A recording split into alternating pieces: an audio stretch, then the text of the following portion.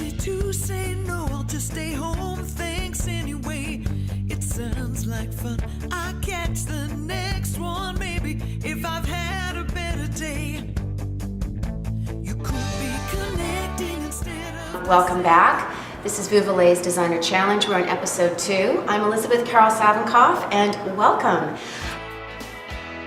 Claudia DuPont, one of Canada's best stylists. As a kid, I traveled around Europe a lot. I also grew up between Vancouver and Portugal because my family is Portuguese. So, like my styling here in Vancouver, everyone always tells me, oh, your styling's very European, and I think a lot of that influence comes from that background. Fashion, I feel, is more prominent in the city right now than it ever has been in the past. Vancouver is definitely growing, for sure. I think with the creation of blogs, bloggers, and events expanding that now to include more people, it's just growing. The fashion world today is a little bit crazy. I think there's a bit of everything going. You have people in the media such as Lady Gaga wearing dresses made out of meat. You have luxury markets, and then you have brands that are mass marketing like H&M. So I think anything's really going at this point in time. We have Anna G. I'm a shoe designer, and this is my first collection. I choose all the leathers and skins, and I try to combine them with different types of textures and colors so the shoes come out as a unique piece. My shoes are now exclusively sold at Vous Valet in Vancouver. And of course, our second runner-up from our first show, Evan Clayton. I'm excited to be a judge. I mean, like, I'm a little bit conflicted about it because, like, I can't decide if I'll be the Paula Abdul or the Simon Cowell. I mean, I could just be a giant bitch. Tamara Montez, you're up. Please describe for us your signature piece. This is a bicycle parts gown that I made, and this concept started like 2 years ago when I played around with some inner tubes and spokes, and I made this kind of crazy dress. But after 2 years, I learned a lot at school, right? So I applied like the idea, but now I'm using silk and leather. So this is a 3-piece dress basically. The corset is all leather. When you say bicycle parts, where is the bicycle part? Okay, so here on the skirt, if you see well the structure, that's why it's all like stand up, are all the spokes from the bicycle. It requires a lot of like engineering thinking, like put together all the spokes in a specific spacing, and make sure that they are 90 degrees so they hold the weight of the chains that you can see they are in between the layers of silk. And for the skirt, I use silk, and I dye all the silk, and I kind of want to have the effect like when you are biking and you are like you have like the grease, you know, like you clean the chains, whatever it's kind of like dirty-ish. And so that's how I kind of dye this. I just ruffle it and like kind of clean my hands with paint.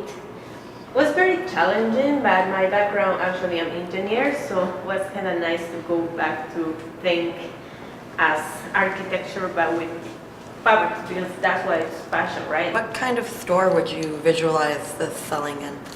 I feel like a lot like my style is kind of like very like Balmain or like Hannah Marshall, so I see it has to be obviously on a high-end store. Do you do the pattern based on somebody else's like body, or is it just... Actually, my thinking is totally different than what they try to teach us at school. You're supposed to see it, have an inspiration, I have that, but then you're supposed to sketch and then create, right? But my brain works on the other way.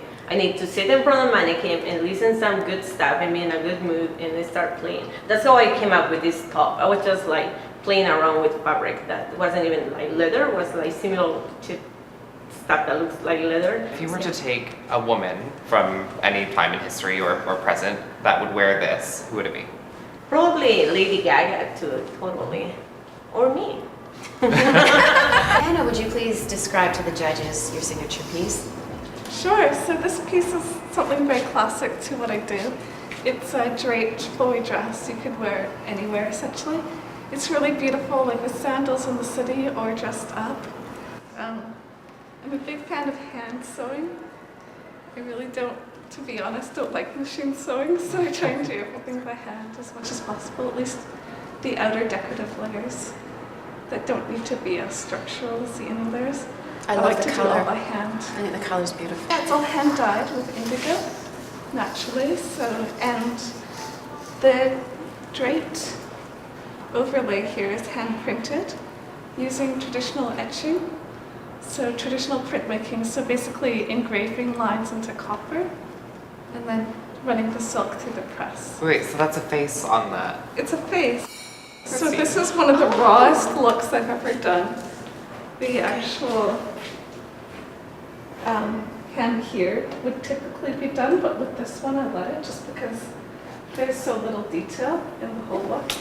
I'm all for a raw edge. I love raw edges, but you know, not every client is gonna want one. What would you have to say to someone who would be like, oh, I love this piece, but I would prefer it if you were to finish all the edges?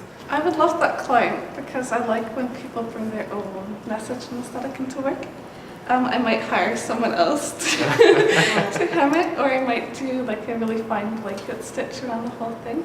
Depends what they're wanting. Tell us what you finished by hand and what you used a sewing machine for.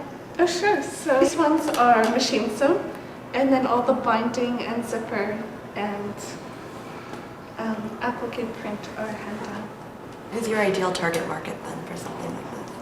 I think people who are artistic, people who like to care for their clothes, who want to make a statement or dress up but not go glamour, go more natural. Your collections would be mainly for a unique client, right? Like a unique piece for a certain person? Yes, currently that's the way it is. They're custom and one of a kind.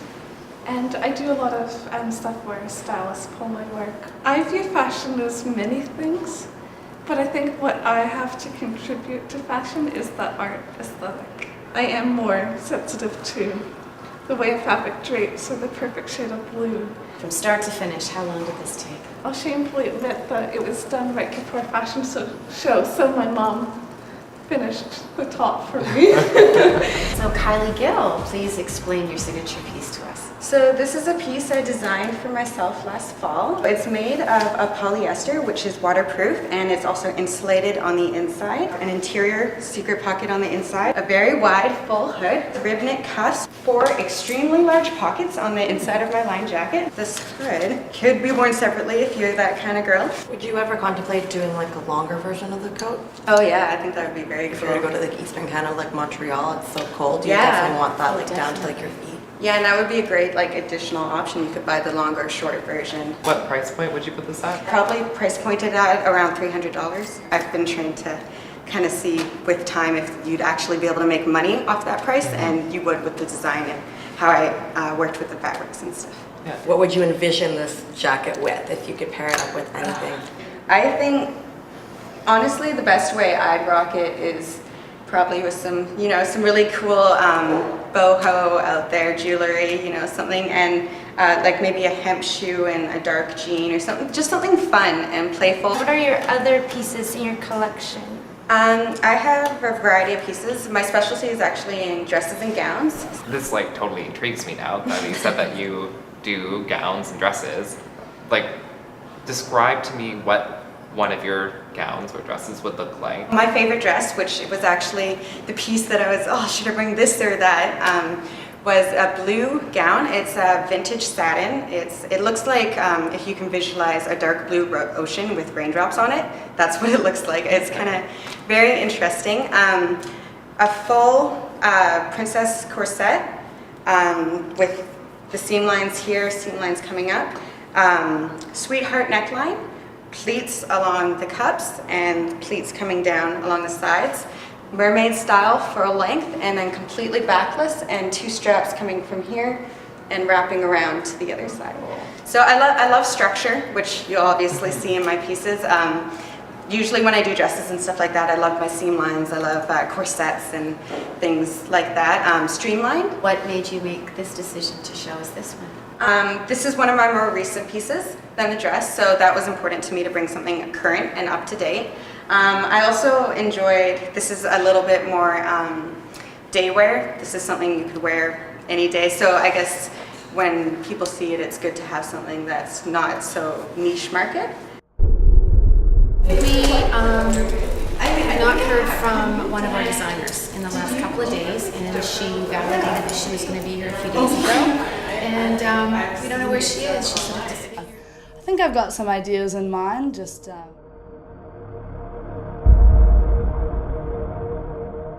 Clarissa is going to show up here at 6 o'clock. We're going to shoot her individually, and we're still having a great day because we're still doing it. Clarissa, please describe your signature piece. I'm taking the Clarissa element a little bit more dressy. I wanted it to still be, risky but classy. I started off with kind of a bodysuit in this kind of shimmery, stretchy material, and I wanted to have a full-length skirt, but I didn't want it to be too formal, so I wanted to have it a little bit sheer at the bottom. Where did you go to school? I actually went to school for civil engineering, and I'm a civil engineering technologist and designer.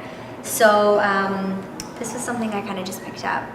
I just wanted to do it, and I loved doing it, and it just happened. Well, when I was young, my grandma tried to teach me how to sew. Just it was something she did, and I spent a lot of time with her. So she tried to teach me, but at the time, I really just didn't have the patience. I was young, and I just wanted things to work right away, and I just couldn't fathom that it takes time to construct something. So it took me till 4 or 5 years ago when I sat down and really looked at garments and thought how they're constructed, and I just used kind of the basic sewing machine knowledge that she taught me, and I just went from there. So I really just taught myself. What kind of materials do you use in your collection? I usually go by color and feel, and whatever pops at me at the time and for the occasion. I never usually gravitate to anything specific, but I definitely enjoy colors and patterns. I was just walking around in Fabricland, and it was actually in the toss-out bin, and it was a roll, and it was $2 for this, and I was I said the same thing. I don't know if I love it or hate it. It kind of looks like a cow, but it shimmers. So I was let's try it. Well, I have a question regarding your collection, because as a designer, you have to consider, you just don't consider only one piece as itself, right? It comes together with a whole collection. So how do you put that all together? That's how I started, just thinking about one piece at a time.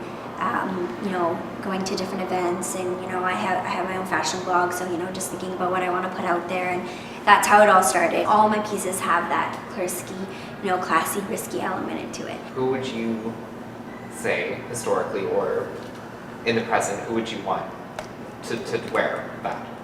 It's it's personality. That's what I think of when I think of my stuff. My stuff has personality. So someone who doesn't have very much personality, or is a little bit shy, or not very confident, I would say probably wouldn't wear my stuff. Who are your personal style icons?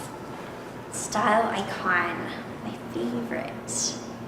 That's a good question. I like Katy Perry because of the fun colors and the risks and wow factor that she has. I have a technical question. I'm wondering, if you don't do patterns, how do you fit the clothes? All my stuff is usually because I'm gonna wear it. So I usually, make something up to myself.